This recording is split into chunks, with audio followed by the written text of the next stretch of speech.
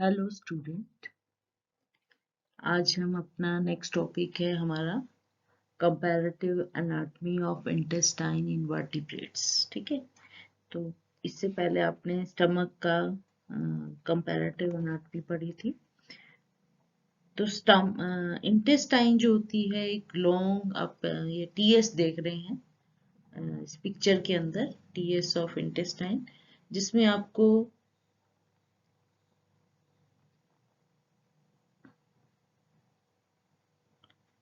ये ल्यूमेन दिखाई दे रहा है और ये विलाई है।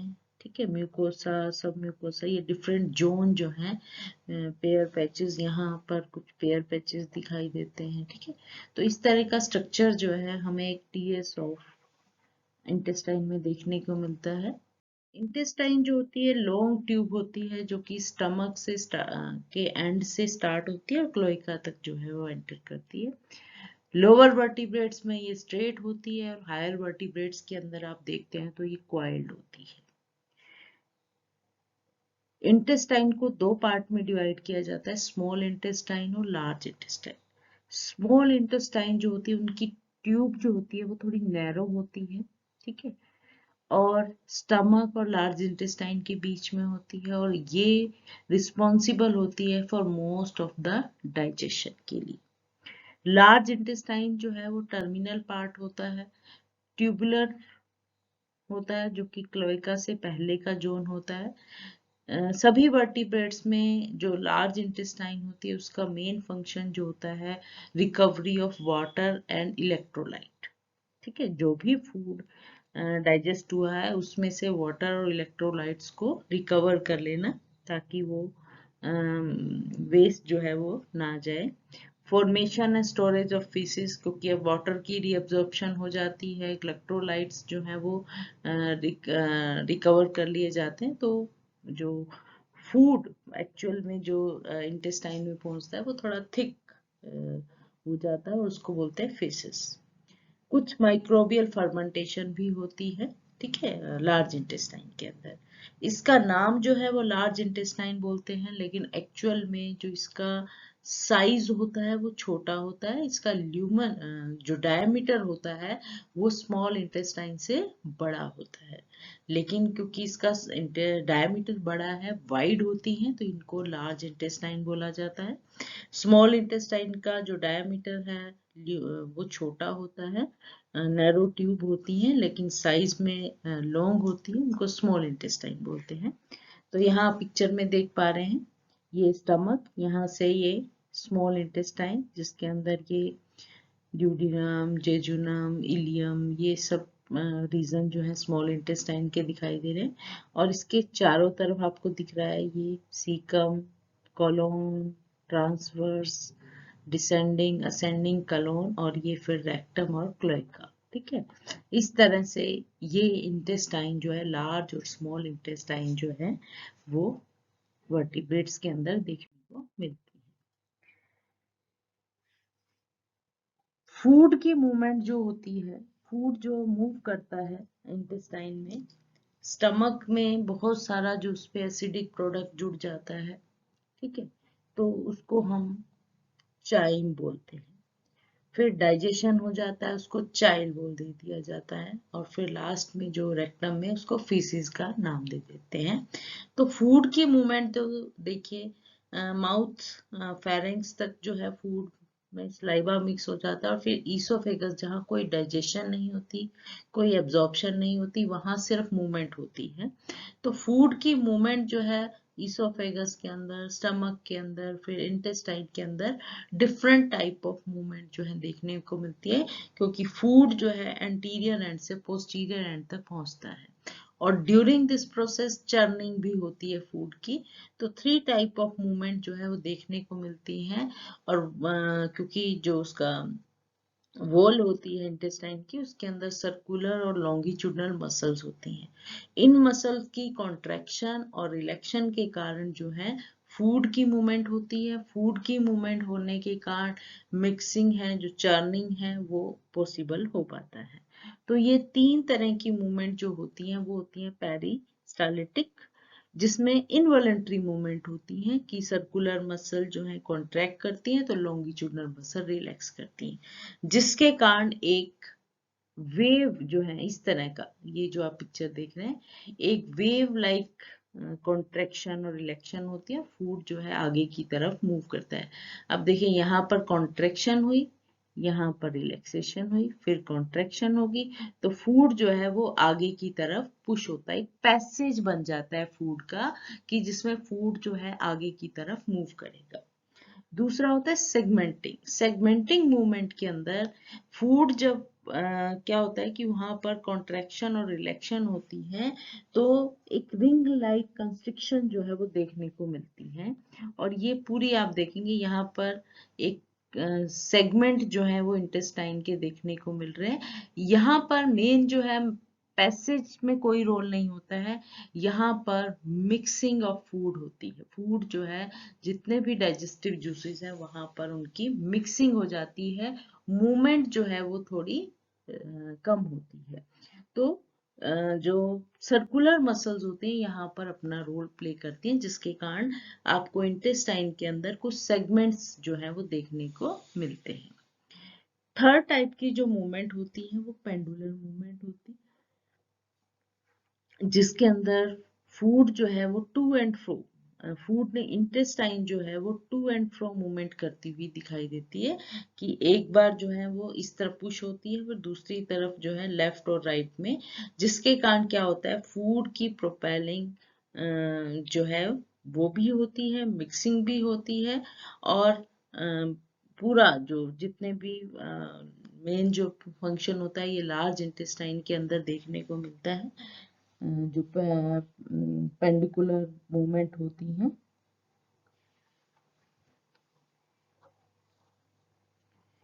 जो रिंग लाइक सेगमेंट जो है वो आगे की तरफ मूव करते हैं, फिर बैक एंड फ्रो मूव करते हैं लूप ऑफ इंटेस्टाइन, जिसके कारण जो है वो स्विंग कर जाती है लाइक ए पेंडुलम, और इस मूवमेंट में फूड की मिक्सिंग और चर्निंग जो है वो मैक्सिमम होती है। पूरी लेंथ के अंदर जो है जो इंटेस्टाइन की होती है वो डिपेंड करती है कि एनिमल कैसा है, उसकी फीडिंग हैबिट कैसी है। इंटेस्टाइन नॉर्मली जो है वो शॉर्ट होती है इन कार्निवोर्स के अंदर, ठीक है, और लॉन्ग होती है हर्बीवोर्स के अंदर, जैसे टैडपोल है, फ्रॉग्स हैं। तो साइज इंटेस्टाइन का वो वेरी करता है कि फीडिंग हैबिट जो है वो कैसी है। तो सबसे पहले इसमें आती है साइक्लोस्टोम। जब हम पूरी उसमें देखते हैं वर्टिब्रेट्स के अंदर, तो साइक्लोस्टोम के अंदर, लैम्प्रे के अंदर इंटेस्टाइन जो है वो बॉडी के वेंट्रल साइड में प्रेजेंट होती है, साइज में छोटी होती है, स्ट्रेट, पूरी आप देखेंगे पूरी लेंथ में ये स्ट्रेट होती है, किसी तरह की क्वाइलिंग दिखाई नहीं देती है, वाइट ट्यूब होती है, और एंडोथीलियम जो कॉलमनर सेल की लाइनिंग होती है। यहाँ पर किसी तरह का कोई आपको स्मॉल और लार्ज इंटेस्टाइन के बीच में डिमार्केशन नहीं दिखाई देता है। ये एंटीरियर एंड पर खुलती है माउथ में, और पोस्टीरियर एंड में क्लोइकल डिप्रेशन के अंदर। वेंट्रल साइड के अंदर जो इंटेस्टाइनल एपिथेलियम हो जाती है उसमें कहता है कुछ आप देख ही पाएंगे, यहाँ ये इंटेस्टाइन है, इसकी वॉल जो है वेंट्रल साइड में, only on the ventral side, ये एक फिंगर लाइक सी प्रोजेक्शन दिखाई दे रही है जिसको बोलते हैं टिफ्लोसोल, ठीक है। ये मेन जो है, जैसे हायर वर्टिब्रेट्स के अंदर आप विलाई देखते हैं वैसा ही एक स्ट्रक्चर है, लेकिन ये क्या होती है इंटेस्टाइन की वेंट्रल जो इंटेस्टाइनल एपिथेलियम है वो रेज्ड कर जाती है इनटू द ल्यूमन, और जो एब्जॉर्प्टिव सरफेस है वो बढ़ जाता है, क्योंकि छोटी होती है साइज में इंटेस्टाइन, तो एब्जॉर्प्शन का जो एरिया है वो कम रहता है, तो ये एक तरह की कंपनसेशन हो जाता है शॉर्ट इंटेस्टाइन का, टू कि वहां पर टिफ्लोसोल जो है वो बनते हैं जो कि एब्जॉर्प्टिव एरिया को बढ़ा देते हैं। फिशेस के अंदर बहुत ज्यादा जो है वो अब मॉडिफिकेशन आपको देखने को मिलेंगी। इलाज्मा ब्रांच है, डॉग फिश जो स्कॉलेडोन है, सम प्रिमिटिव बोनी फिशेस जैसे स्टर्जन है, पोलिडोन है। इसी तरह जो बोनी जितने भी टेलियोस्ट हैं, बोनी फिशेस हैं, उनके अंदर इंटेस्टाइन अभी भी साइज में छोटी है, स्ट्रेट है और वाइड ट्यूब होती है, जैसे कि आपने साइक्लोस्टोम में देखा। लेकिन इनके ल्यूमन में जो टिफ्लोसोल होते हैं, वो स्पाइरल वाल्व कहते हैं जिनको, वो कंपनसेट करते हैं कि उनका जो शॉर्ट साइज है उसमें एब्जॉर्प्टिव एरिया को बढ़ाने का। जो इलाज्मो ब्रांच होते हैं उनके अंदर जो इंटेस्टाइन होती है वो स्मॉल और लार्ज पोर्शन में डिवाइडेड होती है। ये इंटेस्टाइन का ये जो स्मॉल पोर्शन होता है, इसके अंदर जो है ये स्पाइरल वाल, ये स्पाइरल वाल जो होती है ये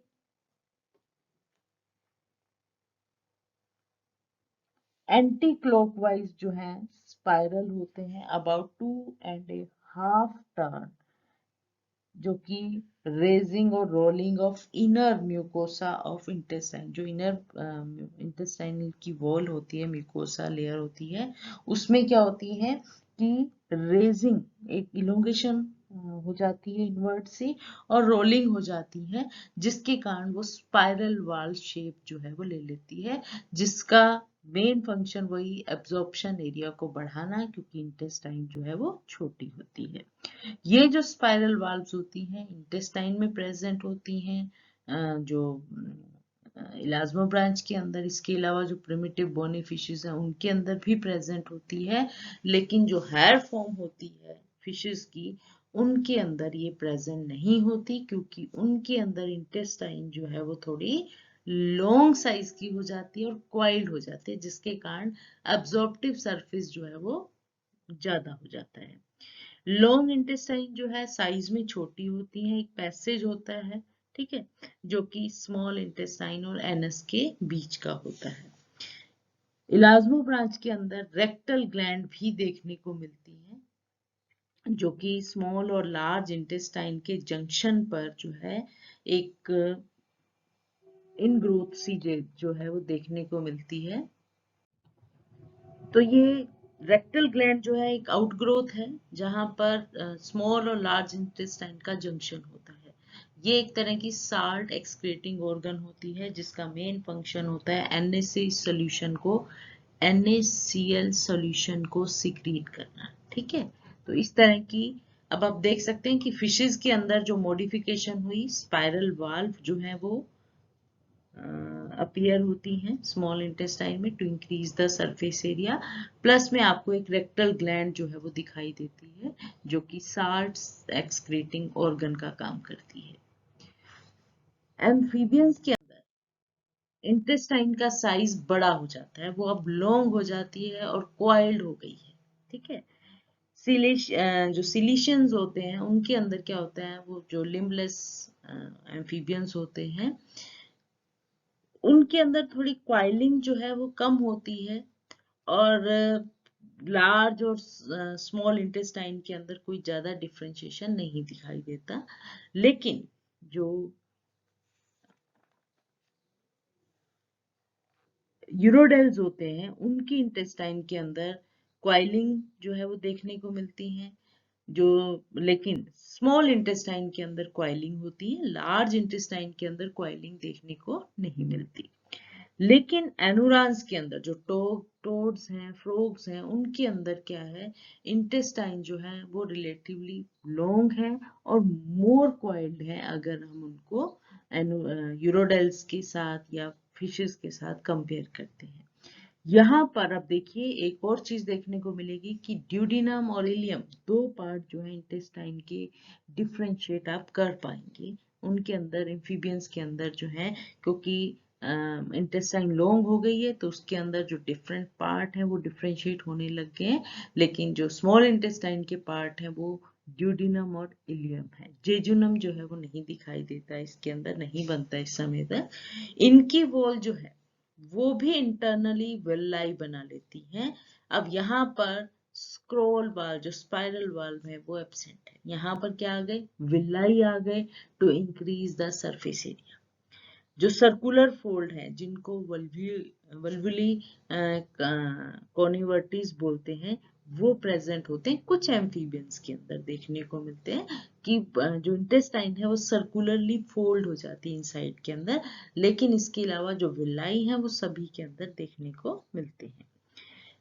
जो लार्ज इंटेस्टाइन और स्मॉल इंटेस्टाइन का जंक्शन होता है वहां पर इलियोकोलिक वॉल प्रेजेंट होती हैं। ये फूड की मूवमेंट को बैकवर्ड जो है वो नहीं आने देती हैं। तो यहाँ पर आप देखेंगे एम्फीबियंस के अंदर जो है विलाई अपीयर हुए, साइज में वो लंबी हुई, क्वाइलिंग हो गई।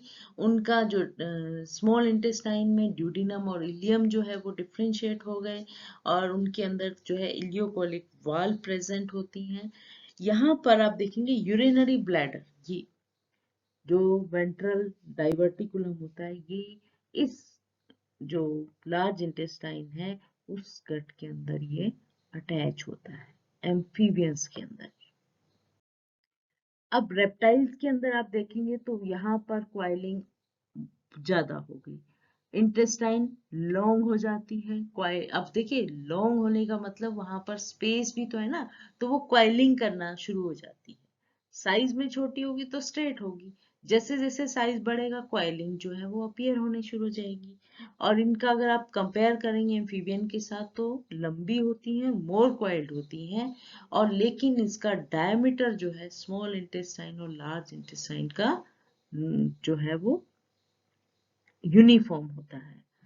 यहाँ पर जो ड्यूडिनम है उसमें जो है ये जो स्टमक है, यहाँ पर ये वाला जो पार्ट है जिसको ड्यूडिनम बोलते हैं, इसके अंदर जो है बाइल, लीवर से जो डक्ट आती है, पेंक्रियास से जो पेंक्रियाटिक डक्ट आती है वो खुलती है। ठीक है, इलियम जो है वो लार्ज इंटेस्टाइन, ये इलियम पार्ट है और ये लार्ज इंटेस्टाइन में जुड़ जाता है, या हम कह सकते हैं रेक्टम में जाकर खुलता है क्लोएका के through into the cloacal aperture.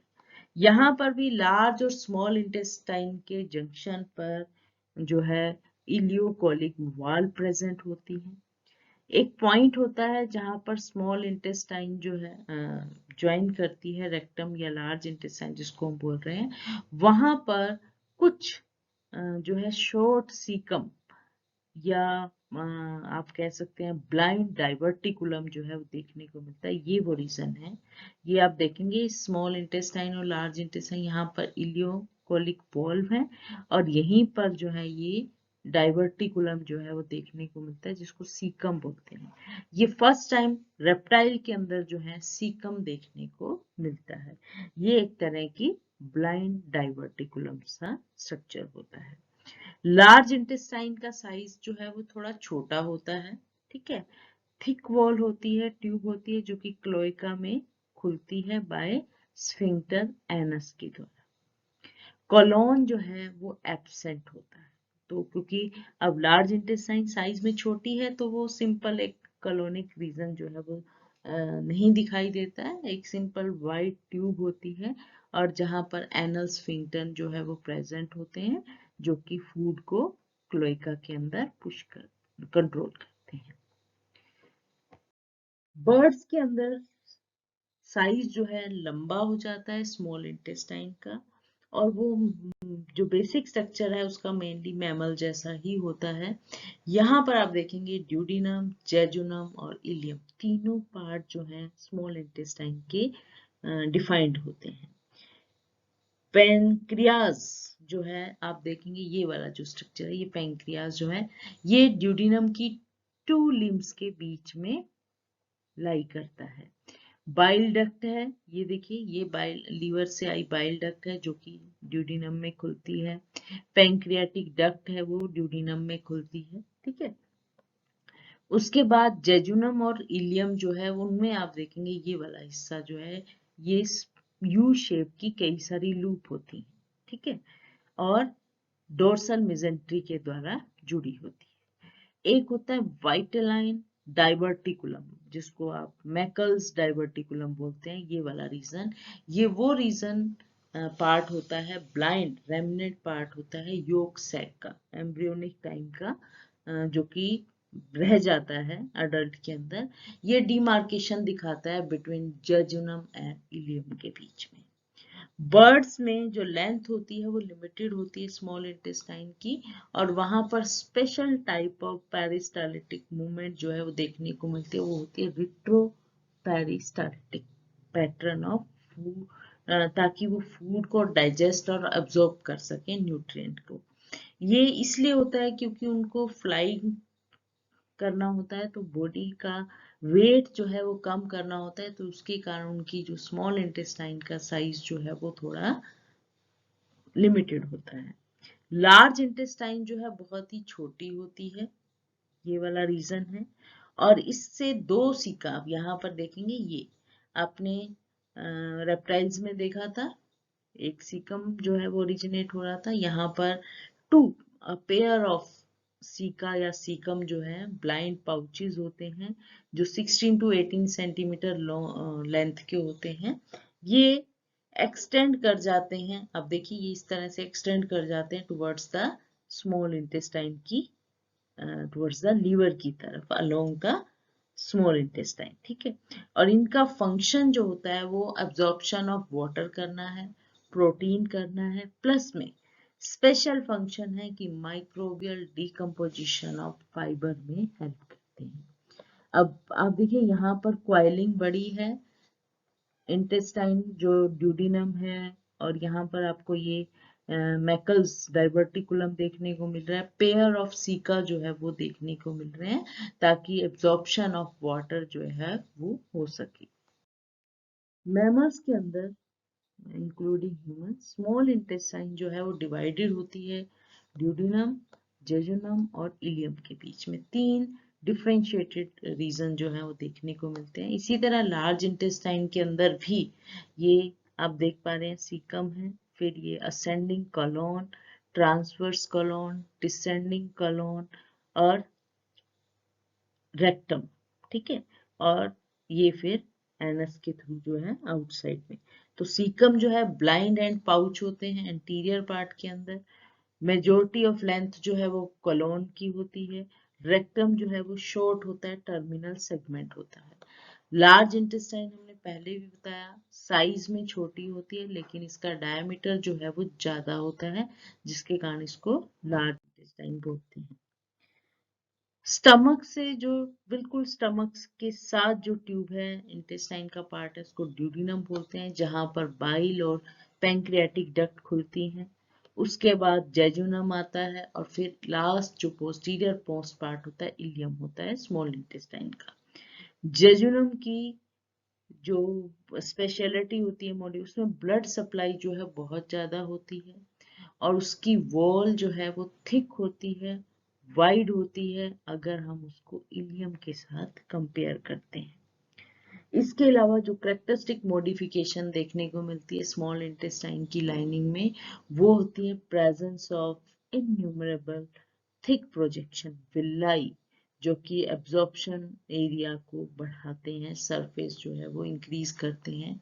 Villi के अंदर जो है स्पेशल आप देखेंगे ब्लड सप्लाई और लैक्टील एब्जॉर्बिंग डाइजेस्टिव प्रोडक्ट ऑफ जो कि करते हैं कार्बोहाइड्रेट और प्रोटीन थ्रू कैपिलरी लूप के द्वारा, और जो लिपिड्स होती हैं वो लैक्टील के द्वारा जो है वो एब्जॉर्ब की जाती हैं, ठीक है। तो हर एक विलाई के अंदर जो है ब्लड कैपिलरीज होती हैं जो कि कार्बोहाइड्रेट प्रोटीन को एब्जॉर्ब करती हैं, और जो लैक्टील होती हैं वो लिपिड की एब्जॉर्प्शन करती हैं। अलोंग द म्यूकस मेम्ब्रेन, ये देखिए आप देखेंगे ये सीरस मेम्ब्रेन है, और फिर म्यूकोसल मेम्ब्रेन है, सॉरी मसल्स मेम्ब्रेन है, जहां पर क्या है सर्कुलर और लॉन्गिट्यूडनल मसल्स होती हैं, फिर सब म्यूकोसा जोन होता है, और फिर ये जो है पूरी लेंथ में ये म्यूकोसा है। इस म्यूकोसा के बेस के ऊपर अलोंग द म्यूकस मेम्ब्रेन कुछ आपको यहाँ आप देख पाएंगे, ये ओवल से वाइट लिम्फोइड पैचेस होते हैं, जिनको पेयर पैचेस बोलते हैं, ठीक है। ये जो आप देखते हैं ना टाइफाइड फीवर के अंदर जो मेन लेजन्स बनते हैं, वो इस एरिया के अंदर जो है वो अपीयर होते हैं।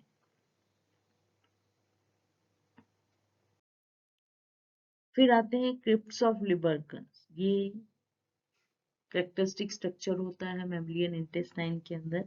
अब आप देखेंगे ये विलाई है, इन विलाई के बेस पर ये आपको एक ट्यूब लाइक स्ट्रक्चर दिखा देते हैं, और ये जो स्ट्रक्चर है इसको बोलते हैं क्रिप्ट ऑफ लिबर्कन। इसके बेस के ऊपर स्पेशल सेल होते हैं जिनको पिनेट सेल बोलते हैं।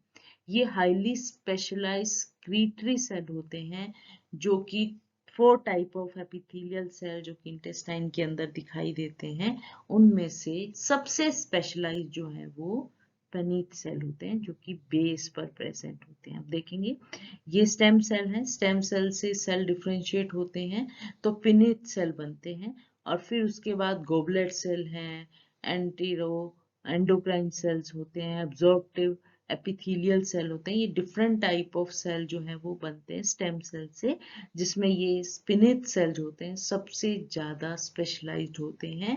इनका जो डेंस ग्रेन्यूल प्रोड्यूस करते हैं ये, जिसके अंदर एंटी माइक्रोबियल पेप्टाइड्स होते हैं, प्लस में इम्यूनो मॉड्यूलेटिंग प्रोटीन्स होते हैं, जो कि रेगुलेट करते हैं जो इंटेस्टाइनल फ्लोरा की कंपोजिशन को।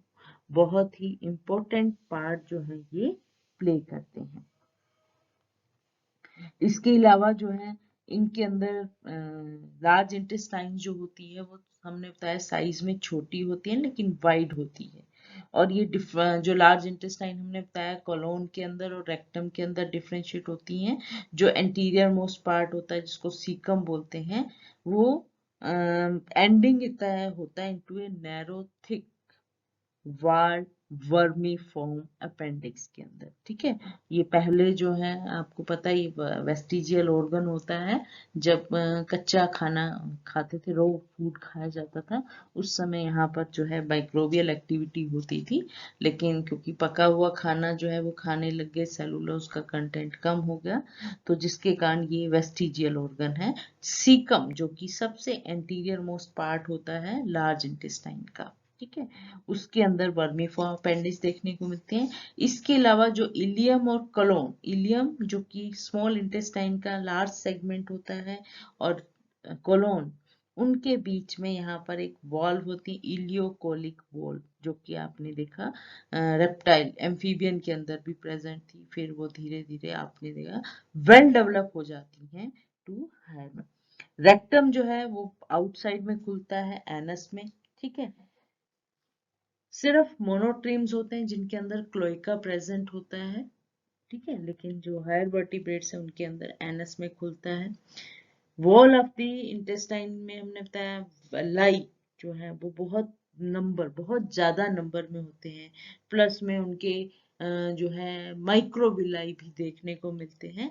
इसके अलावा हमने देखा इंटेस्टाइनल ग्लैंड प्रेजेंट है, चाहे वो ग्लोबुलेट सेल्स हैं, ठीक है, और लिम्फ नोड पेयर पैचेस जो हैं वो भी देखने को मिलते हैं। इसके बाद हम करेंगे क्लोएका का जो है लास्ट सेगमेंट है उसका डाइजेस्टिव ट्रैक का, उसकी जो कंपैरेटिव एनाटॉमी होगी वर्टिब्रेट्स के अंदर, वो हम नेक्स्ट अपना जो लेक्चर होगा उसमें करेंगे। Thank you.